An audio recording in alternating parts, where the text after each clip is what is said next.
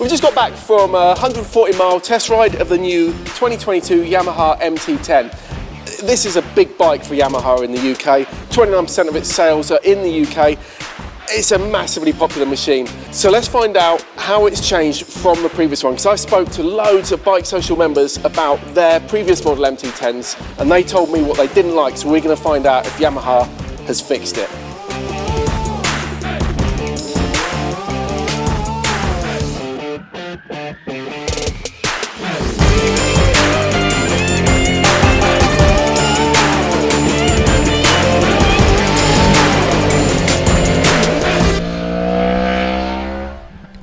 Chad was on this test with us, so I'm going to pull on some of his experience, because I used to own one of these, and you know, I love riding it, but I'm not fast like Chad. He's a TT rider, freelance journo, does a lot of work with us, you know, good rider.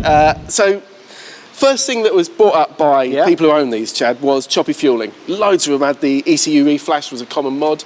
Yeah. What do you reckon? They have changed the fueling, it's now Euro 5. I think a lot of criticism of the old choppy fueling was because you've got so much torque. Yeah. Because of the configuration of this engine. So it feels very much V-twin-like. Yeah. So you get that sudden burst, which makes it feel choppy. Yeah. But you've got the 4 rider modes that really do soften it. So if you try the C and the D, that really... Yeah, definitely. And D does actually, I mean, that adjusts your power, and you can adjust them within the rider modes confusingly. But using them as they are, D, that tops off the top of the power as well. The others just change the way it works. But it's too much. That really surprised me, because when we stopped for the first coffee stop, I was like almost a bit embarrassed, going, well, I think I preferred B. And you and Neve and everybody were like, oh no, put it in B. No, even when I ride the R1 on track, it's very rare that I'll use A. Really? Yeah, I'll use B usually on track. There's not a lot of time when I'd want to use A, and when we were doing the tricks for photos, again, B, you just got a nicer balance, nicer fueling. Yeah. So for me, I would probably ride, well, I did about 90% of that ride in B, and a little bit in C, just in town, just to soften it off a little bit more. Well, you can read what all of the people, a lot of people had said who owned them, but one of the things that did come up was somebody was saying, can you turn off wheelie control if you keep traction control on? And you can. You can. Now, the big thing with the old bike was that traction control was done by wheel speed sensors. Yeah. That was it. Yeah. So one wheel does something to the other wheel, it cuts. So if the front wheel lifts. Now you have a 6-axis IMU, you have slide control, wheelie control, cornering ABS, etc., which is all controlled by a 6-axis IMU, so it knows what it's doing. And the big fear was that was going to pull some of the fun out for the people like me. But the good thing is you can turn the anti-wheelie off, but still have traction and slide on. Yeah. And it did come up, didn't it? People sometimes wonder what's the difference between traction and slide. Traction is to stop the wheel spinning up. Slide allows it to move a bit. And also now it knows where it is. Yeah, so it knows if you're in a corner, it's just letting it come out a little bit. So previously when you've got wheel speed, if you're on a track with huge lean, the bike doesn't know you're on huge lean. Yeah. So we'll cut in at the same amount it would if it was upright. Yeah. But obviously you don't need it to cut in as much when you're upright as you do when you're fully banked. Yeah. So that's the big advantage. But you can turn the anti-wheelie off and leave the slide and the traction. In fact, if it was appalling conditions, terrible rain, you could still have full traction, full slide control, and still wheelie. Yeah. And you can actually, all of those controls, it's not just on or off either, is it? There's typically 3 levels and off, sometimes more control. Yeah. The only slight disadvantage is you have to do that at a standstill. Yeah, which is, although weirdly, you can't change rider modes when you're rolling, but you can change power, traction control and slide control while you're riding. Yes. Within that mode. So you can increase and decrease power. Traction you can increase and decrease, but not off. No. Slide control, increase and decrease, not off. Yeah. Everything that turns something off can only be done at a standstill. Yeah. Which then that makes sense with the rider modes changing, but it seems unintuitive that you're like, I want to go into rider mode D. Yeah, for me, I mean, I started this morning in C and D mode thinking, oh, I'll see what it's like. And then we all went out onto the motorway and I'm in D mode going, come on! And the only way I could flick from D mode is to actually stop on the motorway, flick it into A mode or B mode to get the full power. Yeah. So there's going to be times where you don't want that. Yeah.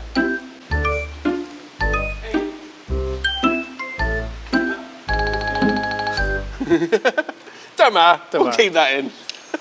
There's a streaker on the pitch. Right, next question. We should say, by the way, one of the things the Yamaha did, they've dropped it down one tooth on the rear sprocket. Yep. Which partly helps towards economy, partly helps take a little bit of that snatch out. That's the idea. Yeah. And that's why it's a 5mm shorter wheelbase. Because when I saw it on the spec, I was like, what have they done? What have they done? And I was checking. Longer. They're going, well, sorry? Longer. Yeah, but it's not. No, it's 5mm shorter. Longer. Hang on. Let me consult my notes. Have you got any notes? Yeah, of course I have. Professional. Go on then. It is 5mm longer. Can we just get that?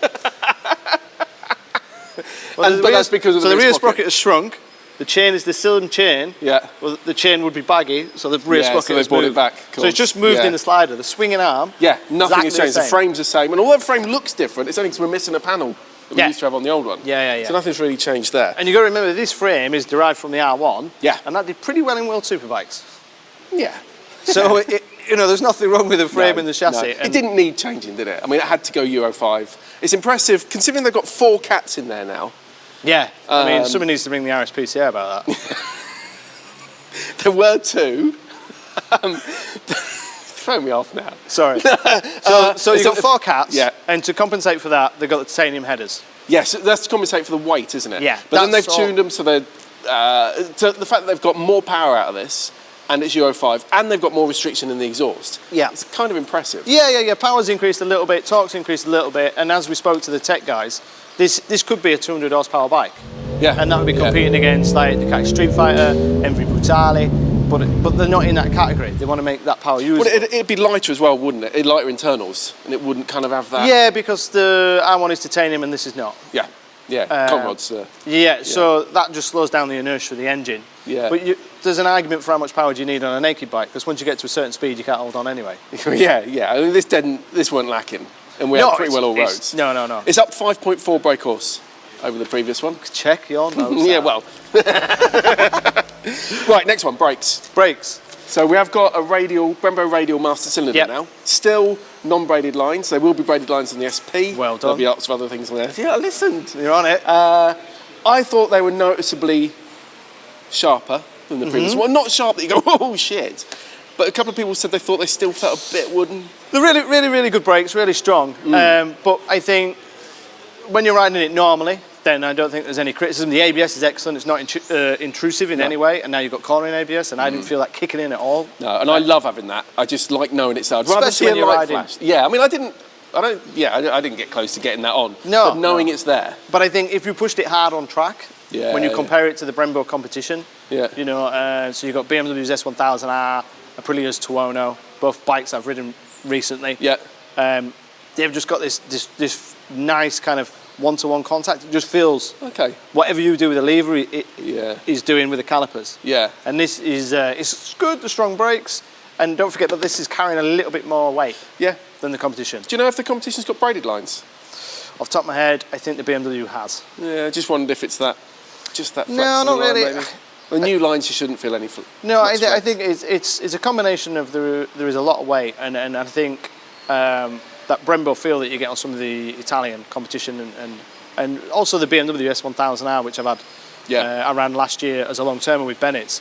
You just had that really nice feel. Yeah. It's just that the braking performance is excellent. We're not criticising the braking performance. It's when you want to roll that brake up to an apex. Yeah. You've got that communication and translation, and you're like, yeah, there we are, and then you're off it. Where with this, you're like, well, I'm not too sure. Yeah. Just so we're only talking about that last. And I think that's where it kind of shows up the difference between people like you and me. For me, they felt very good. I have ridden with stuff with better brakes, but I didn't ride it thinking, oh, I can see where this could be better. No. I think the only time you're ever going to find is if you was riding this on a track day and then you jumped on your mate's Ducati Street Fighter. Yeah. Then you would notice the difference. But then the Ducati Street Fighter is 19,000. This is going to be. Yeah, and I think it's that jumping off thing. One of the people I spoke to said that he's got an S1000 XR and an MT-10. Yeah. Like, oh, well, I chopped mine in for one, but he said he only noticed the difference in feel of the MT-10 brakes after getting straight off the XR. When he's been riding that for a while, he's happy with it. No. If I owned the bike, I would not feel the need to change the brakes. No. Cool. Another common thing that was raised, firm seat. It's not really changed, is it? No, it's still firm, isn't it? Yeah. Yeah. I mean, we've done, what was it, 140?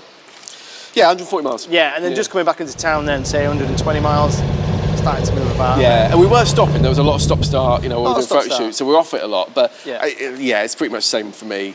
Yeah, it's still fairly firm. Yeah. Seat height's increased as well, don't forget. Seat height's increased, and you're pitched slightly more forward. Yeah, just a fraction get a more little forward. bit of weight over the front.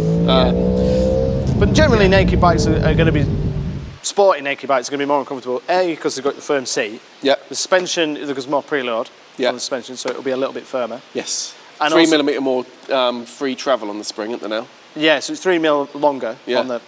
And also, when you ride a naked bike, the wind hits your shoulders. The shoulders pull on the bars, and that pushes on your spine. Yeah. And when you're riding at 150, 60 kilometers an hour or whatever we were cruising at, wind hits you, you hit the spine. So generally, naked bikes. Without the wind protection. Yeah. I mean, to be fair though, it didn't feel. It felt like any other naked bike. You know, it wasn't. You know, it was comfy. Right, economy. Oh. Yeah. Well, I mean, it's scientifically tested, isn't it, when it's done? Yeah. And Yamaha says that it has improved by 6.1 miles per gallon. You now should get up to 41.4 miles per gallon out of it. Yep. I got 33 today, and you do realise there's 6 gears, yeah? Yeah. Although, well, no, to be fair though, I did spend nearly all my time in second.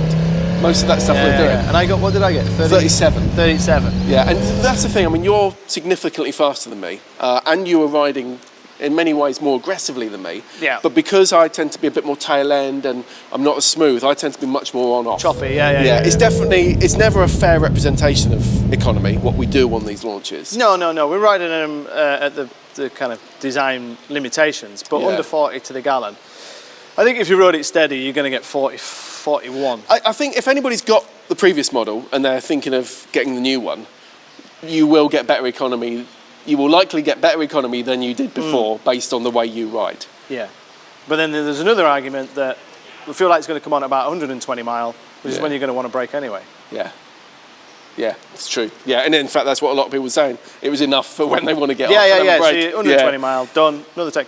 Still 17 litres, not gone up in size. No. But it's just that thing, if you're riding with your buddies and they're on different machines, you're going to be the one whose fuel light comes on first. Yeah, definitely. You've always got that mate, tour. haven't you? Yeah. Oh, it's fuel light. Yeah, but you always like having him because then you can go, well, I'm fine. And turning circle. I think it's really changed, is it? No, not changed. It's a bit tight. The only thing for me is that it feels, as a short rider, the seat's gone higher. Yeah. And the weight is noticeable. Okay. So for inexperienced... How tall are you? 5'7" on a warm day. Okay, I'm 5'10", and I found it fine. Yeah. But I was still, a couple of times turning around the road, I'd have to do a couple of paddles. Yeah, for me, like trying to go backwards. Yeah. You know, when you're on a slight hill. Yeah. I'm kind of like that, Bambi on ice kind of thing, going, it looks a bit embarrassing. So that's another thing, with the seat height increased slightly. Yeah. The other one that came up was headlight performance. We haven't been able to ride it in the dark. No. The Yamaha does say it's softened off the edges of the light spill. So on LEDs it can be bad, can't it? It's like, oh, light, oh, no light. Yeah, no, we need. We need to try tunnels, but we can't really comment on that. Common lights with a sound, and it does. These finally do actually take air. They're not just blanked off like the old ones were. So there's 3 intakes, isn't there now? Yeah. And then you've got these little vents here to give you the induction. And that is just to blast the noise out to you, which is kind of cool. And it does, when we're at standstill, it still sounds awesome. It sounds great. I think and that adds character to it. Yeah. One of the big selling points for me for the Yamaha is when I had the original 09R1 that I loved, and then I put an Akrapovic on it. Yeah. And I still think that engine with a pipe on is one of the best sounding engines there are. I don't think there's much point in putting a pipe on these anymore, though, is there? Really? I wouldn't, personally. No, I wouldn't. I mean, it's straight through NCAN. You've got titanium headers. You could lose the big box in the middle, but... Yeah, but then you're never going to get on a track day. Yeah, good point. Because was this 96 or 98 dB? 94. Was it 94? Yeah, I'm pretty sure they said 94 because there was a point of making sure it was everywhere could cover it. And I mean, obviously, finally, the common lights, performance and handling. Yeah, still got it. New tyres, which is a big thing. Bridgestone S22s. Yeah, that's a big step from the old one. Yeah. Because they were on the dated Bridgestones, and these are much improved. Again, the conditions weren't perfect today. It was a bit dusty and a bit slippery in places. Yeah. But I only once found it. I felt it just slip once, and it reacted before I even had a chance to think about it. If I was going to ride it on track, I'd lower the pressures. Yeah. That's it. That's it. Yeah. And crack on. Yeah. And now the valves go slightly out. I was going to say that, but I thought you'd take the piss. Because I really like, it's got little right-angled valves. Because on some bikes, it's a pain in the ass getting the thing in. Yeah. But no, basically, obviously the styling is meant to be provocative. Yeah. And I'd never judge a bike on its styling. I didn't like the original MT-10 when it came out. Then I ended up buying one and loved it. And now I still look back and think, and I think Yamaha said they want people to have a reaction to the bike. Yeah. And it is their flagship bike. If you're tempted by one, and certainly if you've had one before, you're not going to think, oh, it's a shame. Some bikes have come out and the evolution has been softening it, or it's not had that edge. This has very much still got the edge. It's still... Yeah. It's definitely still that R1 derived engine. It's still got that bark. It's still got that lovely, that mid-range, 4 to 8 grand. It's that usable, rideable, and now it's got more sophisticated rider aids, and more importantly, you've managed to match the colour of your jacket to the wheels. I'm glad you noticed. That's brilliant. Cheers, mate. Thanks very much for that. Thanks a lot.